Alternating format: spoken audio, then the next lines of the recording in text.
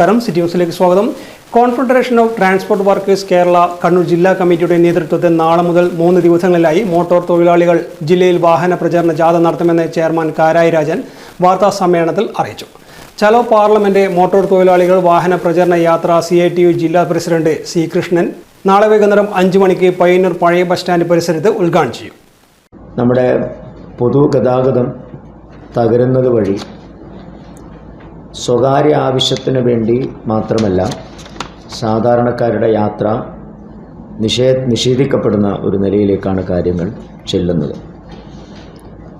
മോദിയുടെ നേതൃത്വത്തിലുള്ള ഗവൺമെൻറ് അധികാരത്തിൽ വന്നതിന് ശേഷം അന്തർദേശീയ കമ്പോളത്തിൽ ക്രൂഡ് ഓയിലിനും പെട്രോൾ ഡീസൽ ഉൽപ്പന്നങ്ങൾക്കും വലിയ വിലക്കുറവുണ്ടായിട്ടും അതൊന്നും ഇവിടെ ബാധിക്കാതെ വില വർധനവ് ഇവിടെ അടിച്ചേൽപ്പിക്കുകയാണ്.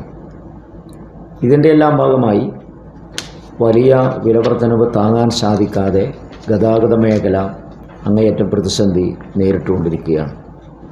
അപ്പോൾ ഇത് ഇന്ത്യയിലെ വൻകിട കോർപ്പറേറ്റുകൾക്ക് വേണ്ടിയാണ് ഈ സൗജന്യം കേന്ദ്ര ഗവൺമെൻറ് ഏർപ്പെടുത്തി കൊടുത്തിട്ടുള്ളത്.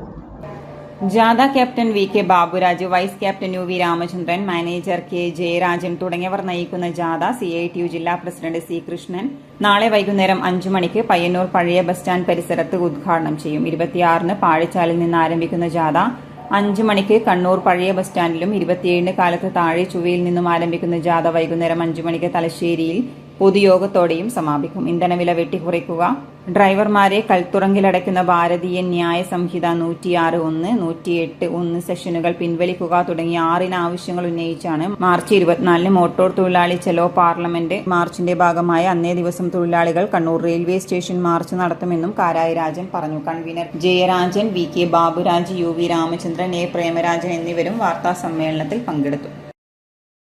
കൂടുതൽ വാർത്തകൾ അറിയുവാൻ സിറ്റി ചാനൽ വാട്സ്ആപ്പ് ഗ്രൂപ്പിൽ ജോയിൻ ചെയ്യുക. ഒപ്പം YouTube ചാനൽ സന്ദർശിക്കുക. വാർത്തകൾ അവസാനിക്കുന്നില്ല. മറ്റൊരു വാർത്തയുമായി വീണ്ടും കാണാം. നമസ്കാരം.